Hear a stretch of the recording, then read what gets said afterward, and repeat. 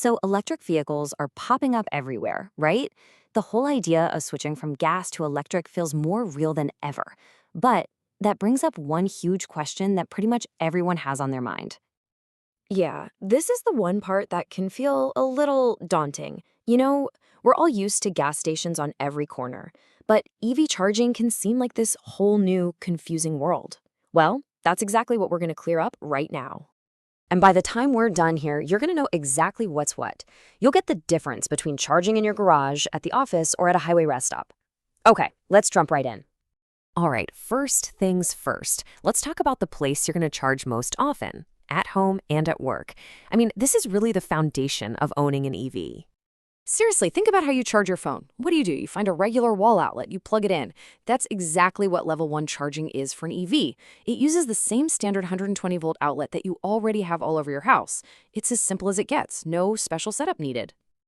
Okay, so here's the catch with level 1. It's slow. We're talking about adding just 3 to 5 miles of range for every single hour it's plugged in. But that's what makes it perfect for charging overnight. You get home, you plug in, and by the next morning, you've easily gotten back the 30 or 40 miles you used for your commute. The best part? No installation costs. But, and this is important, safety is a big deal here. Since the car is pulling power for so long, guidelines like the EVBM always emphasize using a properly installed certified outlet that can handle it. But what if you need to charge faster? Or you drive more every day? Well, that's when you level up, literally, to level 2. This needs a more powerful 240-volt outlet, kind of like the one your clothes dryer or oven uses. It's a super common upgrade for EV owners, and honestly, it's what makes owning an EV feel totally seamless. It's also the type of charger you'll find at workplaces or in public parking lots. And that's exactly why we call level 2 the real workhorse of the EV world. It adds a solid 10 to 20 miles of range per hour, which means it can easily charge most cars fully overnight or give you a really good boost in just a couple of hours. It also explains why those EVBM guidelines are so strict about public chargers being officially certified to make sure they're safe and reliable for all of us. Okay, so let's boil it down. Level 1, that's your basic wall plug. Slow, simple, no fuss. Level 2, that's the upgrade. It's much faster, uses a bigger plug, and it's what you find pretty much everywhere. For everyday driving, level 2 is really the way to go. So what happens when you want to go on a road trip? All right, so your daily commute is covered. Easy peasy. But what about that epic road trip you've been planning, when you need to drive hundreds of miles in one day? Well, that's where the charging game changes completely. Now, seriously, forget waiting for hours. We are talking about the time it takes you to run in, grab a coffee, and get back on the road. This is DC fast charging, and it is built for one thing and one thing only: speed. So what's the magic trick here? Well, it's all about cutting out the middleman. See, level 1 and 2 use AC power from the wall, and your car has to convert it to DC power to store it. DC fast chargers, sometimes called level 3, skip that step. They pump high-voltage DC power straight into the battery. And that's why they're so incredibly fast. So just how fast are we talking?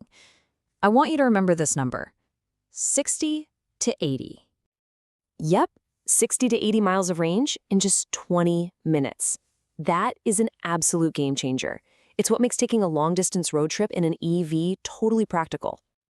And this is a really important thing to know about fast charging. It's all about getting to 80%. Why? Well, that last 20% takes way longer because the system slows down to protect the battery's health. So you pull in, plug in for about half an hour, and you're back on the road with plenty of range. Okay, so we get the different plugs now. But to make all this actually happen, well, that takes a massive behind-the-scenes effort. It's not just about chargers, it's about the entire power grid.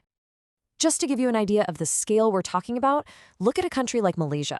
They're aiming for 10,000 public chargers by 2025. That is a huge undertaking, and it shows you just how serious this whole transition is.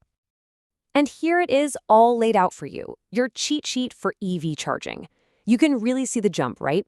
Level 1 is your slow trickle at home, level 2 is the solid all-rounder, and then DC fast charging is in a league of its own for raw power and speed. But all that power has to come from somewhere, and that's the catch. Think of level 1 and 2 chargers as a light drizzle, pretty easy for the grid to handle. But a whole station of DC fast chargers at rush hour? That's like a fire hose hitting the grid. It creates a massive spike in demand, which is why things like big battery storage systems are becoming so important to help balance everything out. So that's where we are right now. But honestly, the world of EV charging is moving so incredibly fast. So what's just around the corner? What's the next big thing? Get ready for a future that is way faster and a whole lot smarter. We're talking about ultra-fast charging, like 10-minute full charges. Or how about just swapping your whole battery out in a few minutes? And then there's the really wild stuff, like your car actually becoming part of the power grid. Okay, this V2G thing, vehicle to grid, is mind-blowing. The idea is that your car isn't just a car anymore. It's a battery on wheels. When it's parked, it can actually send power back to the grid to help out during peak hours. Your car becomes part of the solution.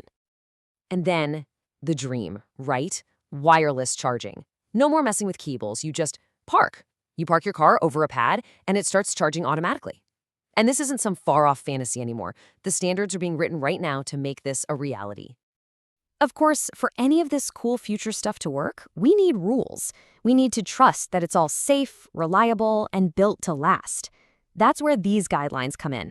They're the playbook for building this future the right way, so everything just works. So it kind of makes you wonder, right? For the last 100 years, it's all been about what's under the hood. The engine, the horsepower. But maybe, just maybe, the future of driving isn't about the car at all. Maybe it's about the plug.